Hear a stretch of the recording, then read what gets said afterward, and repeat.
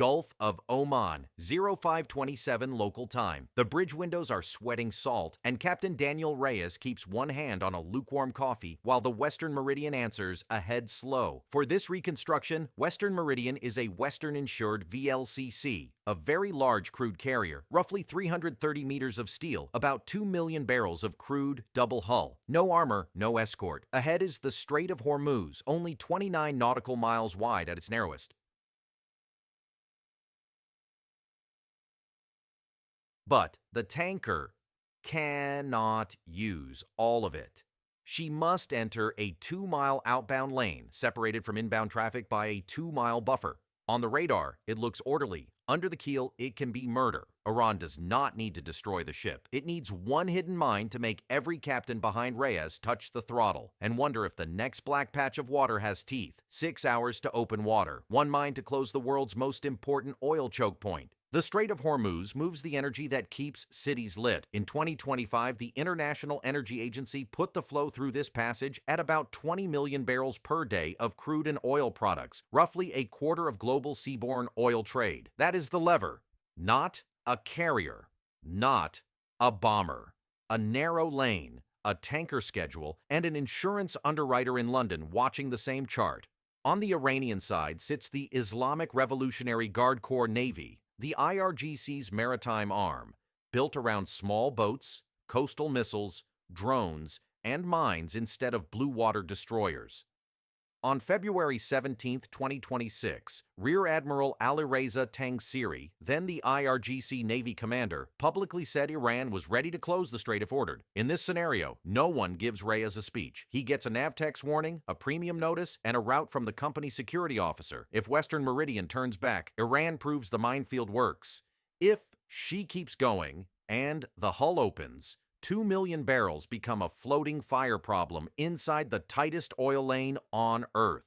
At 0612, Chesham Island is a brown line off the port bow, and Didin Brenzatro de Buin Botetremon Sintro, an Iranian island running along the north side of the choke point, close enough that a man with binoculars can watch tankers stack in the haze. In a low building near the shore, an IRGC watch team does not need to see Western Meridian with naked eyes. The ship is already talking. Her automatic identification system, the civilian transponder called AIS, is broadcasting name, speed, heading, and destination to every receiver listening. Above the island, a Mohajer 6, an Iranian twin-boom surveillance and strike drone, can hold the lane in a quiet square of video. Then the seabed takes over. The first layer is a moored influence mine, a roughly 300-kilogram weapon tethered below the surface that listens for the acoustic signature of a large hull. The second layer is a bottom influence mine, a seabed weapon that waits in silt and reacts to pressure, magnetic or acoustic change instead of touch. Neither has to chase anyone. The tanker comes to them. The first complication arrives as text, not smoke. The insurer will not cover the transit unless a naval clearance window stays open. Reyes slows from 15 knots to 12, and within seconds the ship's huge rudder loses some bite. A container ship astern calls for his intentions. Before Reyes can answer, the security officer forwards one more line. "Sao master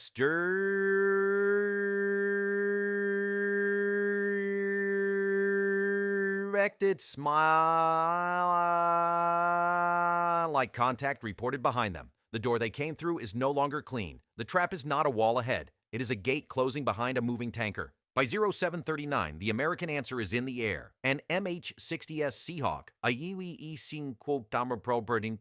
a U.S. Navy helicopter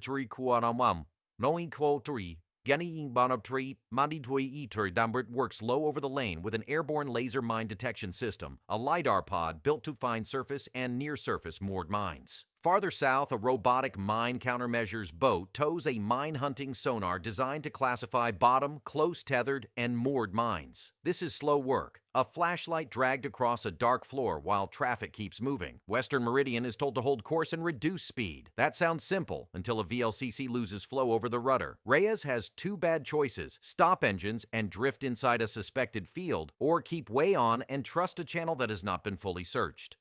Below him, Chief Engineer Mira Nair hears the main engine settle into a lower note. She stays at the manual controls because a bridge order may come faster than the automation can obey.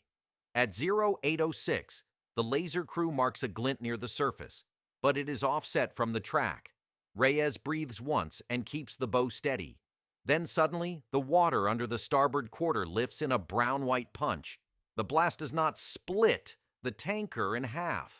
It buckles outer plating, floods a ballast space, and kicks the steering gear offline. Within seconds, Western Meridian shears left toward the separation zone, while an inbound LNG carrier is coming the other way.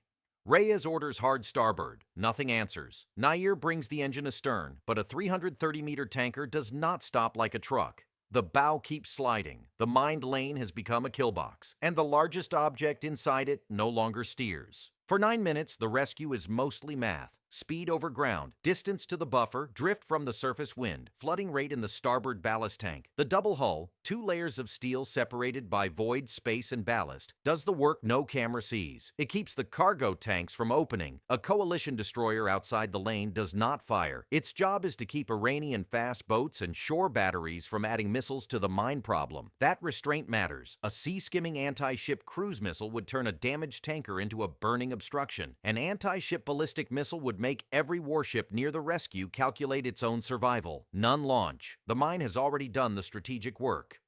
By 0831, Nair gets partial steering pressure back through the backup pump. She calls the bridge with 3 words. Limited rudder available. Reyes uses it like a man turning a door with 2 fingers. The tanker creeps out of the lane and anchors in deeper water off Oman, listing slightly, paint torn along the starboard quarter. No crewman dies in this reconstruction. No cargo tank burns. But the route behind Western Meridian stays red on the chart. 6 hours to open water becomes 27 hours at anchor.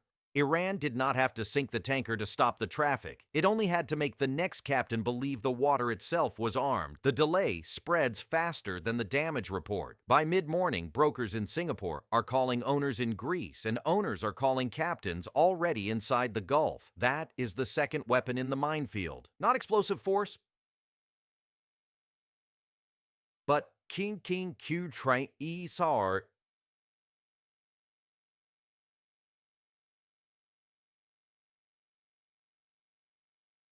Every ship waiting astern burns fuel, loses a berth window, and becomes a larger radar picture for everyone ashore. Mine warfare is old, but Hormuz makes it modern. A mine laid from a small boat can force a helicopter, a robot sonar, a destroyer, an insurer, and a cabinet meeting to move around it. The lesson is not that tankers are helpless. It is that commercial shipping runs on confidence. And confidence can be punctured below the waterline. That is why a mine in Hormuz is never just a mine. It is a vote against certainty. The weapon may cost less than a truck. The pause it creates can cost more than a refinery. And while the Western Meridian waits under work lights, another tanker is already approaching the eastern mouth of the strait. Whether Iran uses mines, drones, or missiles next is the question we will follow. In another Defense Declassified episode.